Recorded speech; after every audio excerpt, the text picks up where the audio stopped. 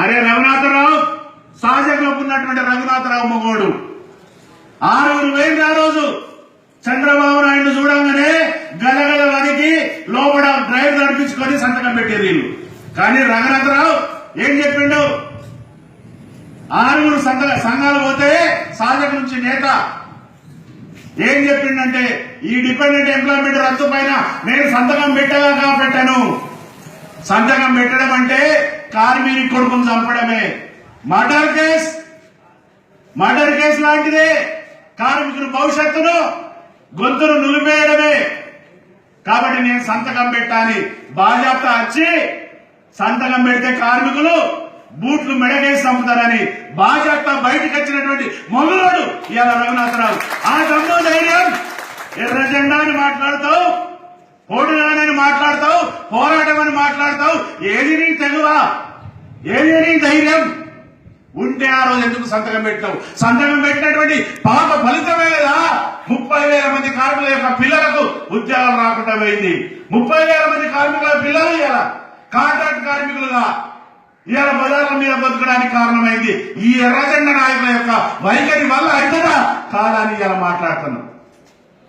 నిజమే అయితే సమ్మె చేయడమే. నిజమే అయితే సమ్మె చేస్తే ఉద్యోగాలు వస్తాయి అనుకున్నదే నిజమే అయితే గుండె మీద చేసుకొని చెప్పు. ధైర్యం ఉంటే చెప్పు. ఈ 18 సంవత్సరాలు ఏడవన్నావు. 18 సంవత్సరాలు ఏడవన్నావు. గుడ్డి గుర్రాల పనులు తవ్వుకుంటున్నావా? గాడిదల పాలు విండుకుంటున్నావా? 12 సంవత్సరాలు నువ్వే కదా గుర్తింపు సంఘం. ఈ ఏరియాలో గుర్తింపు సంఘం ఎవరండి? ఏటీసీ కదా. సమ్మె చేస్తేనే ఉద్యోగాలు వస్తాయంటే ఆ రోజు ఎందుకు వండుకున్నావు? నిద్రపోయినవా? తెలివి లేదా? ఇవాళ ఎందుకు ఇవాళ సమ్మె చేస్తేనే ఉద్యోగాలు అవుతానని మాట్లాడుతున్నా. దీని వెనుక ఉన్నటువంటి మర్మం ఇవాళ కార్మిక వర్గం అంతా ఆలోచించాల్సినటువంటి అవసరం ఉందా లేదా అని ఈ సందర్భంగా మనం చేస్తున్నాం. నిజమే అనుకుందాం కాసేపటి మేరకు. నిజమే అయితే బొగ్గడి కార్మికులు మన ఒక్కలమేనా? పక్కన మహారాష్ట్రలో కార్మికులు ఉన్నారు, ఒరిస్సాలో కార్మికులు ఉన్నారు, బీహార్లో కార్మికులు ఉన్నారు, బెంగాల్లో కార్మికులు ఉన్నారు, జార్ఖండ్ లో కార్మికులు ఉన్నారు, 8 రాష్ట్రాలలో కార్మికులు ఉన్నారు. వాళ్ళ పిల్లలకు కూడా ఉద్యోగం రావాలి కదా. వాళ్ళ పిల్లలు కూడా ఇట్లే బజార్ల మీద బతికేందుకు ఇవాళ ఉన్నటువంటి పరిస్థితి ఉన్నది కదా.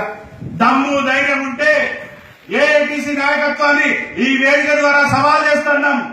దేశవ్యాప్తంగా డిపెండెంట్ ఎంప్లాయ్మెంట్ కోసం సమ్మె నోటీసి నీకు దమ్ము ధైర్యం లేకుండా మేము ముందటండి ఇలా సమ్మె నడిపిస్తాం. మేము ముందటుంటాం. ఆ దమ్మున్నదా అడుగుతున్నాం. ఆ ధైర్యం ఉన్నదా? లేకుండా ఇలా నంగనాసి మాటలు మాట్లాడతారా? నంగనాసి మాటలు మాట్లాడతారా? అరే సమ్మె ఎప్పుడు చేయాలో, ఏ సందర్భంలో చేయాలో తెలంగాణ బొగ్గని కార్మిక సంఘంగా మాకు బాగా అనుభవం ఉన్నది. మీకు అనుభవం ఉంటే, దమ్ము ధైర్యం ఉంటే రేపు 6 తారీఖు నాడు 7 తారీఖు నాడు రామోజీ ఫిల్మ్ సిటీలో ఇవాళ చర్చలు కూడా ఉన్నాయి కదా, అలా పెట్టు, అలా ఏజెండా చేయొచ్చు.